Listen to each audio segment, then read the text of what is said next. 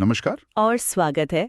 तो आज हम महाभारत की कुछ बहुत ही शुरुआती कह सकते हैं नींव रखने वाली कहानियों पर बात करेंगे। जी। हमारा जो करेंगे कि इन कहानियों से महाभारत के जो कुछ मूल विचार हैं उन्हें समझें।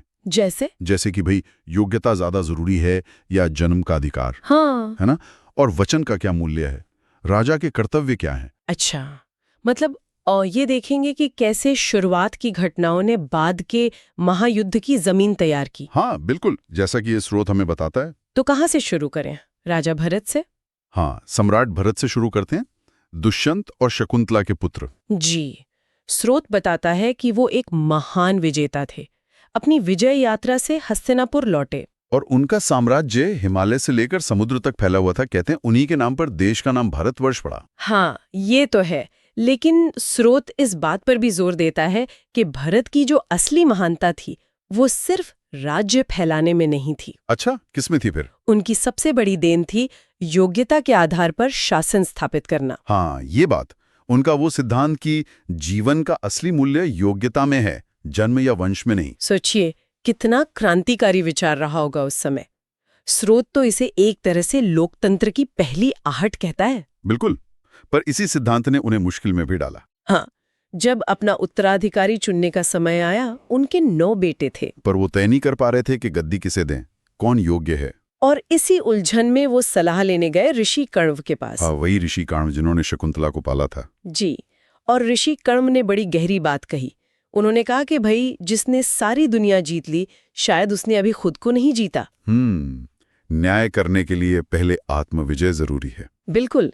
और इस सलाह ने भरत को सोचने पर मजबूर किया। और फिर उन्होंने जो फैसला लिया वो तो शायद चौंकाने वाला था। हाँ, उन्होंने अपने 9 बेटों में से किसी को भी सिंहासन के लायक नहीं समझा। और चुना किसे? अपनी प्रजा में से। जी हाँ, भारद्वाज ऋषि के पुत्र अभिमन्यु को पूरी तरह से योग्यता के आधार पर अपना युवराज बना दिया। ये तो असाधारण है।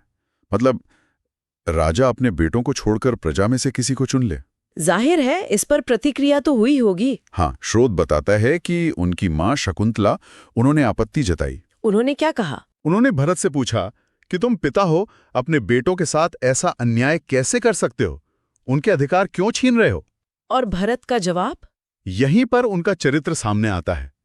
उन्होंने कहा कि मैं सिर्फ पिता नहीं हूं, मैं हस्तिनापुर का राजा भी हूं। और राजा का पहला कर्तव्य प्रजा के प्रति न्याय करना है। उन्होंने कहा, ये प्रजा भी मेरा परिवार है। अपने अयोग्य पुत्र को राजा बनाकर मैं इनके साथ अन्याय नहीं कर सकता। वाह, मतलब व्यक्तिगत भावनाएं, पुत्रमोह, सबसे ऊपर राजधर्म को रखा उन्होंने। बिल्कुल। तो स्रोत यहां साफ दिखा रहा है राजधर्म और पुत्र धर्म का टकराव, और भरत चुनते हैं राजधर्म। योग्यता को जन्म पर प्राथमिकता देना, ये एक मिसाल थी, एक आदर्श। हाँ, कि सच्चा राजा वही जो न्याय के लिए अपने निजी हित भी छोड़ दे। सही कहा, एक बहुत ऊंचा आदर्श था ये। लेकिन जैसा समय हमें याद दिलाता है, इतिहास हमेशा सीधा नहीं चलता। मतलब ये कि भरत ने जो ये सिद्धांत स्थापित किया योग्यता का, वो वक्त के साथ धुंधला पड़ गया। अच्छा। कुछ पीढ़ियों बाद जब राजा शांतनु का जमाना आया, तब तक हालत बदल चुके थे। जन्म और वंश फिर से हावी होने लगे। हाँ बिल्कुल, जन्म को योग्यता से ज्यादा महत्व मिलने लगा था। और स्रोत कहता है यहीं से कुरुक्षेत्र युद्ध के बीज पड़ने लगे थे। ओहो, तो कहानी अब शांतनु की तरफ मुड़ती है। जी। स्रोत बताता है कि शांतनु एक दिन शिकार के लिए गए थे गंगा नदी के किनारे, और वहां उनकी मुलाकात हुई देवी गंगा से। हाँ, वो एक बहुत ही सुंदर स्त्री के रूप में थी। शांतनु ने देखकर मोहित हो गए और विवाह का प्रस्ताव रख दिया। जी। गंगा मान तो गई, लेकिन एक शर्त रखी, एक बहुत अजीब और कठिन शर्त। क्या शर्त थी? उन्होंने कहा कि शांतनु कभी भी उनके किसी काम पर सवाल नहीं उठाएंगे। वो जो भी करें, शांतनु को चुप रहना होगा, हस्तक्षेप नहीं करना होगा। बिना सवाल पूछे कुछ भी करें? हाँ, और अगर शांतनु ने सवाल पूछा या टोका तो गंगा उन्हें हमेशा के लिए छोड़कर चली जाएंगी। और शांतनु, वो तो प्रेम में थे। हाँ, पूरी तरह डूबे हुए थे। उन्होंने बिना सोचे समझे, बिना परिणाम विचारे ये वचन दे दिया, मान ली शर्त। ये तो बहुत भारी वचन था। बिल्कुल।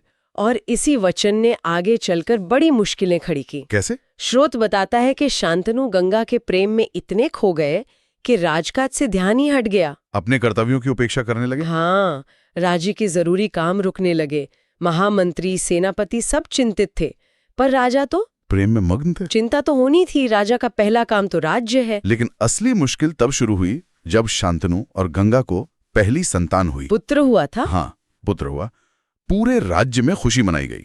लेकिन तभी कुछ ऐसा हुआ जिसने सबको दहला दिया। क्या हुआ? गंगा ने अपने उस नवजात बेटे को ले जाकर गंगा नदी में बहा दिया। क्या? हाँ, शांतनु ने ये सब अपनी आंखों से देखा।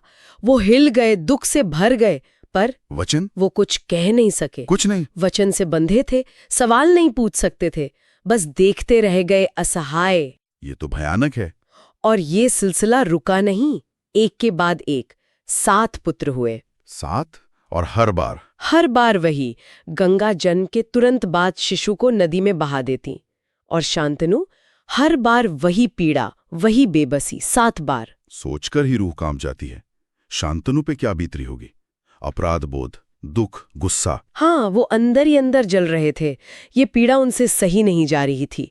आखिरकार उन्होंने ये बात अपने राजपुरोहित को बताई। राजपुरोहित ने क्या कहा? वो तो सुनकर गुस्से से भर गए। स्रोत कहता है उन्होंने शांतनु के वचन को कोसा, कहा ये वरदान नहीं, ये शाप है। उन्होंने शांतनु को धिक्कारा? हाँ, कहा कि राजा को ऐसा अंधा वचन देने का हक ही नहीं है जो न्याय के रास्ते में आए, धर्म के खिलाफ हो। सही बात है। उन्होंने कहा राजा का पहला धर्म रक्षा करना है। जो पिता अपने बेटों की रक्षा नहीं कर सका, वो प्रजा की क्या करेगा? ये तो बहुत कठोर शब्द थे। बिल्कुल। राजपुरोहित ने साफ कहा कि शांतनु ने बड़ी भूल की है और अब उन्हें इस अपराध बोध में जलना होगा। शायद यही उनका प्रायश्चित है। और महामंत्री, वो भी तो चिंतित थे। बहुत ज्यादा। 7वें पुत्र की मृत्यु के बाद उन्होंने शांतनु से कहा कि महाराज, अब बस, आपको रानी से पूछना ही होगा। उन्होंने राजा को उनका कर्तव्य याद दिलाया होगा। हाँ, कि राज्य को वारिस देना राजा का धर्म है, वंश चलना जरूरी है। लेकिन शांतनु? वो तो अपनी लाचारी में फंसे थे।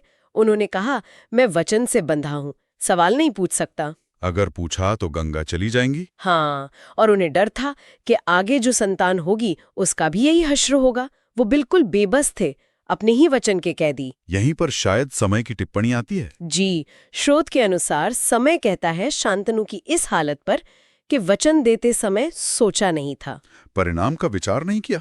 हाँ, जीवन में कुछ भी कहने या करने से पहले सोचना कितना जरूरी है। एक पल की चूक, एक बिना सोचा वचन कितना विनाश ला सकता है। शांतनु इसका उदाहरण बन गए। तो देखिए क्या गजब का विरोधाभास है। स्रोत ने 2 राजाओं के कैसे विपरीत उदाहरण दिए हैं। एक तरफ राजा भरत, हाँ, जो न्याय और योग्यता के लिए अपने बेटों का हक भी छोड़ देते हैं, राजधर्म सबसे ऊपर। और दूसरी तरफ राजा शांतनु, जो अपने निजी वचन के लिए पिता धर्म और राजधर्म दोनों को अनदेखा कर रहे हैं। अन्याय देख रहे हैं, त्रासदी देख रहे हैं, पर चुप है क्योंकि वचन दिया था। ये व्यक्तिगत निष्ठा और सार्वजनिक कर्तव्य का सीधा टकराव है। बिल्कुल। और ये हालात हमें सोचने पर मजबूर करते हैं। भरत का जो आदर्शवाद था वो समाज को एक दिशा दे सकता था, और शांतनु की जो व्यक्तिगत वचनबद्धता थी वो पूरे राज्य को, पूरे वंश को संकट में डाल रही थी। हाँ, स्रोत हमें दिखा रहा है कि कैसे ये शुरुआती फैसले, ये नैतिक दुविधाएं आगे चलकर महाभारत युद्ध का कारण बनी। तो ये जो विरोधाभास है, भरत का न्याय और शांतनु का धर्म संकट, ये महाभारत के एक मुख्य द्वंद्व की नींव है। व्यक्तिगत वचन, प्रेम, वफादारी एक तरफ, और दूसरी तरफ राजा का अपनी प्रजा और न्याय के प्रति कर्तव्य। और ये सवाल तो आज भी उतना ही अहम लगता है ना? हाँ बिल्कुल। क्या निजी रिश्ते या वादे इतने बड़े हो सकते हैं कि वो न्याय और सबकी भलाई से ऊपर हो जाएं? खासकर जब आप किसी जिम्मेदारी के पद पर हो। एक लीडर के लिए पर्सनल लॉयल्टी और पब्लिक रिस्पॉन्सिबिलिटी में संतुलन बनाना कितना मुश्किल है और कितना जरूरी। और वो बहस भी, योग्यता बनाम जन्मसिद्ध अधिकार, जो भरत के समय में उठी थी, क्या वो आज खत्म हो गई है? मुझे तो नहीं लगता। नहीं, बिल्कुल नहीं। ये संघर्ष आज भी है, अलग अलग रूपों में। सच में? और यही इन पुरानी कहानियों की ताकत है। ये हमें हमारे अतीत से तो जोड़ती ही हैं, साथ ही हमारे आज और कल के लिए गहरे सवाल भी छोड़ जाती हैं। हाँ, सोचने पर मजबूर करती हैं कि हम अपनी जिंदगी में